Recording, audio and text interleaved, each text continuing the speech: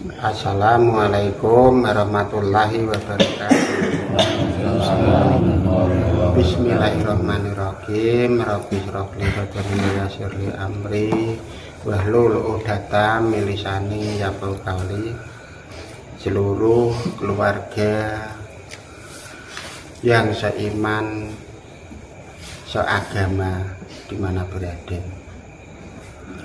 semoga selalu mendapat ridho Allah dan syafaat Rasulullah, dilebihkan dari kodratnya, diberi ilmu laduni, diberi ilmu hijab, menjadi orang-orang yang tertuntun, apa yang dikehendaki bisa tercapai, selalu mendapat rahman rahim Allah.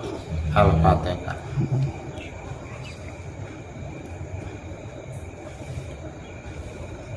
Malam ini kita ingin membahas tentang sholat kita di dalam bulan suci. Semoga bisa diterima di sisi Allah dan bisa menjadi amalan-amalan yang diterima di sisi Allah dengan dalam bentuk rumusan-rumusan yang dipesankan oleh guru-guru mursyid kita. Semoga menjadi amal-amal yang dalam bentuk hasanah. Ini yang kita bahas teorinya.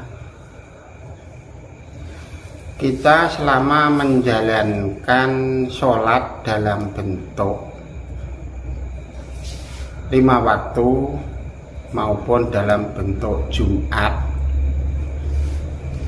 maupun dalam bentuk-bentuk yang lain, intinya kita harus bisa menggunakan syariat yang benar, menggunakan bacaan yang benar, dan cara menghayati dengan cara yang benar. Intinya kalau kita baru sebatas tingkatan menjalankan syariat, membaca, terus hatinya menafsiri, itu dalam bentuk siri, baru tingkatan syariat, baru sebatas tenggorokan intinya. Maka sholat kita harus ditingkatkan menjadi tingkatan khusyuk. Lah, bacaan dengan bacaan itu tadi kalau dihayati secara dalam, dimasukkan di dalam roh dan jiwa, dimasukkan di dalam ranah kijab kita, kijab hidup, itu tingkat khusyuk itu baru mencapai tingkatan kijab roh dan jiwa, masih di dalam kehidupan. Selanjutnya kita harus bisa menghayati, meresapi, dan menganalisa ayat demi ayat yang kita baca di dalam amalan-amalan sholat biasa atau bulan suci semakin dalam. Jadi sholat kita supaya bisa diterima di sisi Allah itu selalu kita tingkatkan. Jangan bangga kita sebatas membaca dan seterusnya, menafsiri dan seterusnya. Jangan bangga sampai di situ.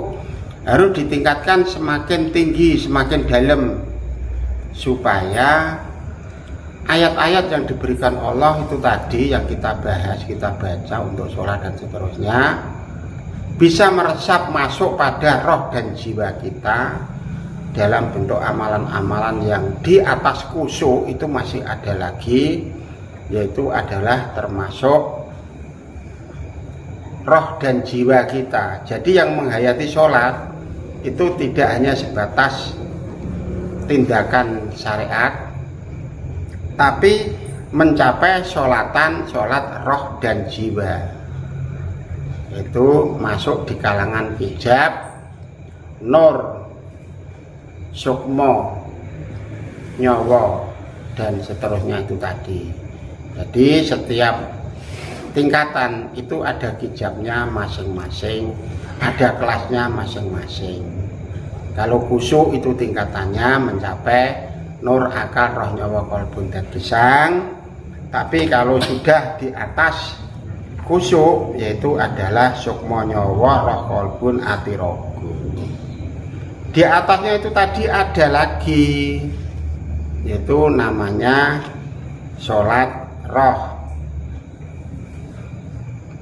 Di dalam perjalanan tindakan sholat roh di situ sudah tidak ada kalimat, sudah tidak ada lafal, hatinya hanya penuh cahaya Allah. Nah, itu namanya amalan makrifat, tingkatan sholat makrifat itu sejauh itu. Jadi roh dan jiwa si pelaku adanya hanya Allah. Kalau sudah mencapai tingkatan tersebut, orang itu roh dan jiwanya mencapai alam ke alam tanpa batasan. Nah, yang kita sebut-sebut di dalam ajaran sini mencapai tingkatan roh dan jiwa alam ke alam tanpa batasan, ya di sini nih tingkatannya jauh berbeda. Jadi jangan mengatakan mustahil apabila ada ketidaksamaan.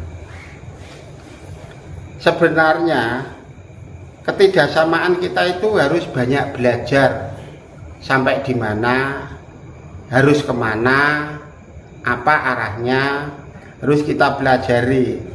Wong kita sama-sama diberi hidup, sama-sama menjadi abdi Allah, harus bisa mencapai tingkatan-tingkatan tersebut supaya iman kita, Islam kita itu mencapai tingkatan yang sempurna. Intinya di situ. Jadi tidak semudah kita sholat bentuknya seperti itu sudah besar kepala diterima di sisi Allah. Iya benar, tapi sholat tingkatan-tingkatan yang lain masih banyak. Maka wali-wali Allah itu ibadah sholatnya agak beda. Suratnya sama, ayatnya sama, kalimahnya sama, tapi cara menghayati dan mengamalkan berbeda-beda tingkatan. Karena berbeda-beda tingkatan itulah terjadi antara orang awam seperti kita biasa, ada tingkatan guru-guru mursyid dan wali-wali Allah. Intinya di situ semuanya itu adalah dimuat, dikandung di dalam ajaran Al-Quran. Maka aku sering ngomong, Al-Quran itu adalah mengandung sejuta arti, sejuta makna, sejuta tujuan, arah dan tujuan. Jadi sangat luas. Islam sangat luas, Al-Quran pun mempunyai kandungan yang sangat dalam, kandungan yang sangat luas. Itu namanya Al-Quran. Sebenarnya Islam itu agama yang tiada banding, luasnya itu tiada bandingan. Cuma rata-rata kita menghayati Islam itu hanya sebatas, memandang Islam hanya sebatas, mempelajari Al-Quran hanya sebatas. Ya kita dapat ilmu ya hanya sebatas itu saja. Tapi kalau dengan jalan-jalan yang lain, dengan teori-teori yang lain, kita banyak belajar dari perilaku wali-wali Allah, kita akan mendapat ilmu yang sangat tinggi, mencapai tingkatan-tingkatan amalan abadi. Kalau sudah mencapai tingkatan amalan abadi, kita beda, apa yang kita capai itu sangat beda. Tingkatan rohnya yang membedakan. Rohnya para guru mursyid, para wali-wali Allah, apalagi Rasul lebih beda lagi. Dia diberi kebebasan. Kalau sudah mencapai tingkatan wening abadi, sholat itu mencapai tingkatan wening abadi juga. Tidak hanya sebatas syariat tadi, ada mencapai tingkatan hakikat makrifat yang tertinggi itu wening. Orang yang sudah mencapai tingkatan wening itu yang dikatakan manunggal Allah. Di situ sudah tidak ada kalimat, tidak ada doa. Yang ada roh dan jiwanya hanya terucap kebesaran Allah. Kalau sudah mencapai tingkatan wening, itu roh dan jiwanya, bisa melihat alam semesta tiada batasan, bisa berhubungan antar roh tanpa batasan.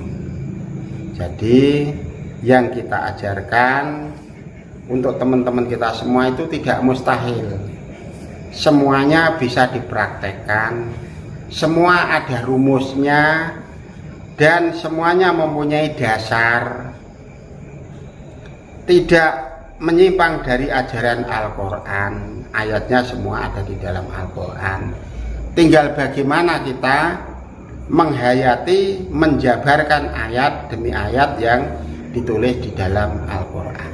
Intinya di situ.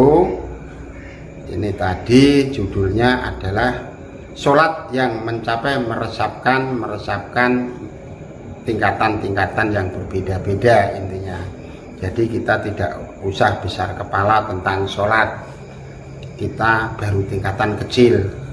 Tadi kita bahas supaya teman-teman kita tidak besar kepala merasa sholatnya diterima, masih tingkatannya banyak sekali. Maka kita jadi orang Islam, resapi sesuai dengan kapasitas kita masing-masing, tidak usah menyalahkan satu sama lain, tidak merasa paling benar, tidak besar kepala karena dirinya merasa yang paling benar. Intinya di situ.